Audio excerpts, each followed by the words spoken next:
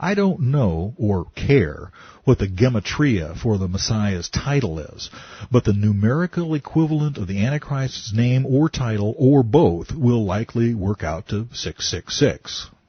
It is the number of a man. But this side of the rapture, nobody will know what that name is. And even if we did, there's not a thing we could do to avert the inevitable unpleasantness. The 666 puzzle is not for us. It is for those faced with the all-important decision of whether or not to bow to the beast and accept his mark. If 666 is a number readily associated with a program or person who otherwise fits the biblical description, and if you're unlucky enough to be around when it all happens, my advice is this: flee, run away, hide, do not accept his mark, do not submit to him or his government. Even if they kill you for your stand, you'll still be infinitely ahead of the game. John's vision, recorded in Revelation, is the only place in the Bible where we're given any hard information about 666, or the mark of the beast.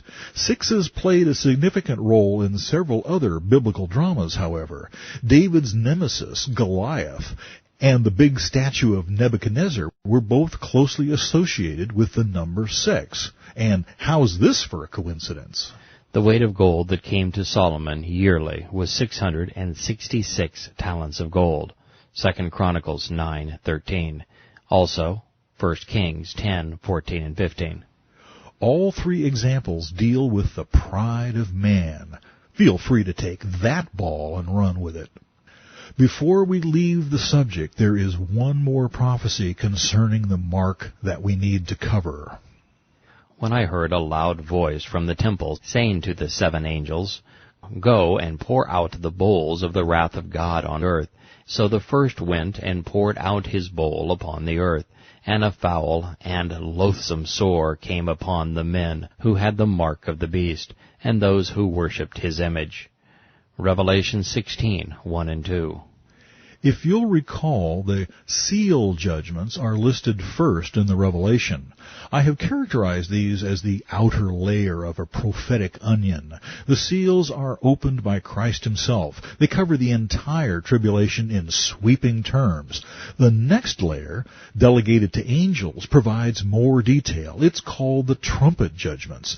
The innermost layer of the onion, the bowl or vial judgments, begins with the verses we just reviewed. Notice that the angel is directly involved with the administration of this curse.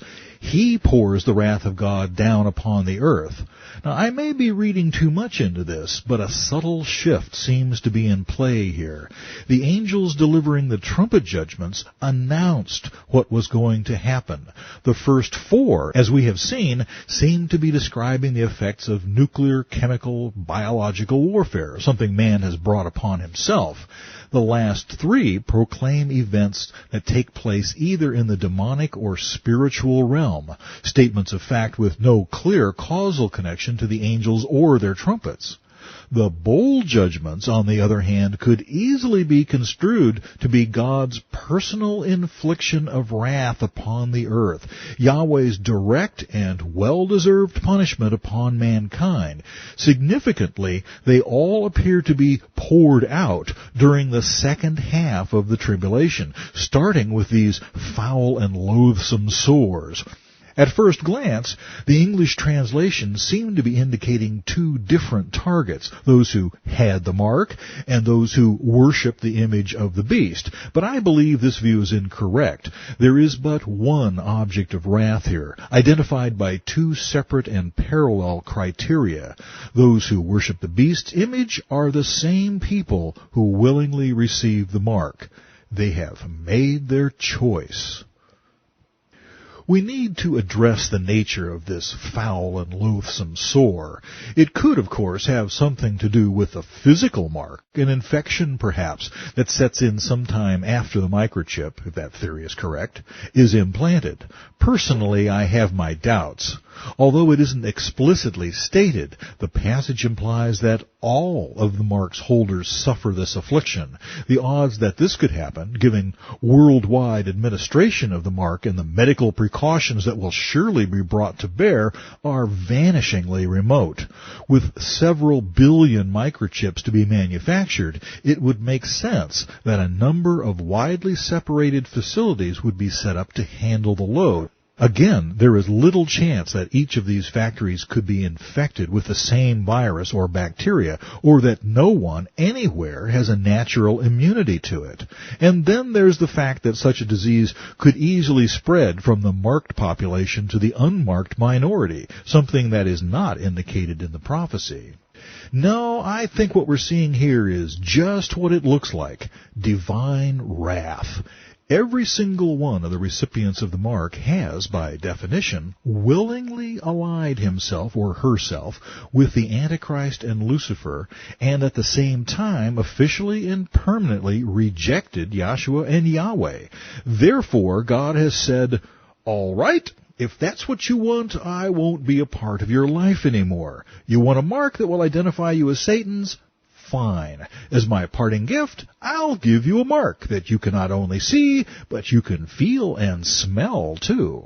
Okay, that was an extrapolation. Far be it from me to add anything to God's Word, but you get the picture. An interesting psychological phenomenon might be expected to arise because of the foul and loathsome sore. It won't take long for the media and the authorities to latch on to the fact that only followers of the Antichrist, the majority of most populations I would guess, are developing this malady. Therefore, even if the official mark of the beast is invisible by design, it will become visible by virtue of the plague that follows it. Disguising your loyalties will no longer be possible. In time, the disgusting abscesses will actually become a badge of political correctness, a chic symbol of patriotic rectitude. Whoever is covered with these stinking pustules will be considered one of the beautiful people. Clear, perfect skin, on the other hand, will come to be regarded as the stigma of a lawless and antisocial rebel, a backward and hysterical religious terrorist, one to be shunned at all costs. Black is white, up is down, right is wrong, ugly as sin is lovely to look at, only less subtle than in today's world. In the end, the lie will be as plain as the sores on your face.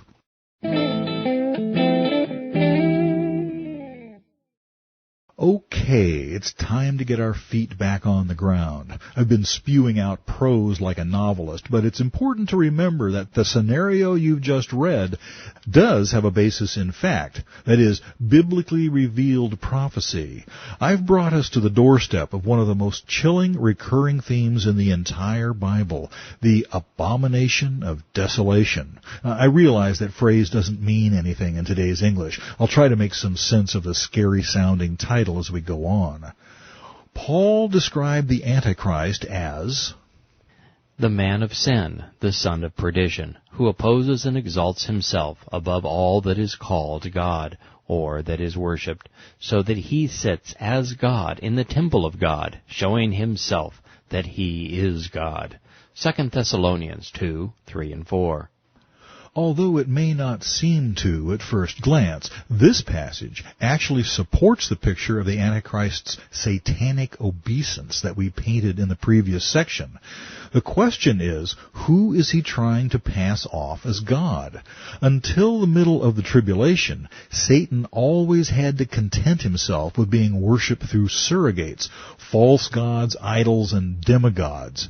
By elevating himself above all gods who have ever been openly worshipped, including the one true God, Yahweh, the Antichrist is giving Satan, aka Lucifer, the one thing he has always wanted, center stage. There's no way the Antichrist can pull this off without demonic support, of course. He must give credit where credit is due. Bear in mind that John tells us, the dragon, identified elsewhere as Satan, gave him his power, his throne, and great authority. And they worshipped the dragon, who gave authority to the beast, and they worshipped the beast, saying, Who is like the beast? Who is able to make war with him?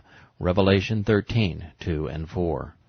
just as when we Christians worship Yahweh and Yahshua as one God, who dwells within us as the Holy Spirit, people will see the Antichrist and Lucifer as one. You'd think that would be a bad thing, wouldn't you? Sadly, it won't be seen that way. Yahshua predicted even this.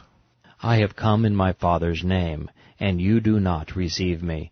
If another comes in his own name, him you will receive. John 5:43. I have hypothesized that the Antichrist will demonstrate his satanic power by manipulating the weather in a public and undeniable format. That would certainly cause anyone who saw it to wonder, Who is like the beast? Who is able to make war with him? but where did I get the idea that Satan has power over the weather? Sure, he's called The prince and power of the air, Ephesians 2:2. but that's a wee bit vague. In the early chapters of the book of Job, however, we're given a very clear picture of what Satan can and cannot do.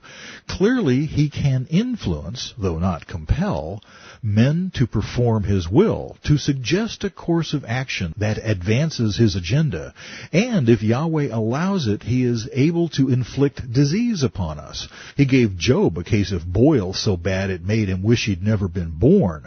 But the surprising thing is that Satan also controlled the weather, things insurance adjusters routinely call acts of God. They're not acts of God necessarily. Job was informed that The fire of God that's how the messenger described it, fell from heaven, Job 1:16. and Suddenly a great wind came from across the wilderness, Job 1:19. these were things Satan did in order to test Job. They weren't a coincidence, they weren't random natural occurrences, and they weren't merely bad luck. They were Lucifer's handiwork. Remember, the false prophet who pimps for the Antichrist Even makes fire come down from heaven on the earth, Revelation 13:13. This ability is nothing new, and although we aren't told as much, I'm convinced that the storm that rose on Galilee that threatened the lives of Yahshua and his disciples in Luke 8:23 was whipped up by Satan as well. The good news, both in Luke and Job, is that God overrules Satan. The devil was given divine permission to take away Job's wealth and family. Without it, his hands were tied, and Yahshua calmed the devil's storm with a word and a yawn. His authority over the weather clearly outweighs Satan's. Christians should find this truth extremely liberating. Nothing can happen to us, nothing, without Yahweh's knowledge and permission. Satan can't touch us unless God is allowing it in order to teach us something about himself. And as powerful as the devil is in some ways, we are free to thumb our noses at him, to treat him like the navel lint he is in our Father's eyes. More importantly, we are free to ignore his suggestions. He can't make us sin. I'm preaching to the mirror here. It's all a question of relationships. My daddy can beat up your daddy. This is demonstrated by the experience of the 70 disciples after Yahshua had sent them out to preach the gospel. Then the 70 returned with joy, saying, Lord, even the demons are subject to us in your name. And he said to them, I saw Satan fall like lightning from heaven. Behold, I give you the authority to trample on serpents and scorpions, and over the power of the enemy, and nothing shall by any means hurt you.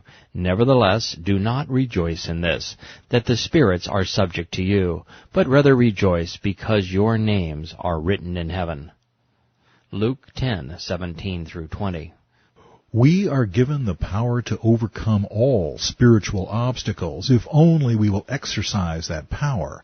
But this is only a byproduct of the real good news, that of our undying relationship with Yahweh. As a parent of 9 adopted children, I know exactly what that is. There comes a day in the adoption process when we go to court and the final paperwork is filed.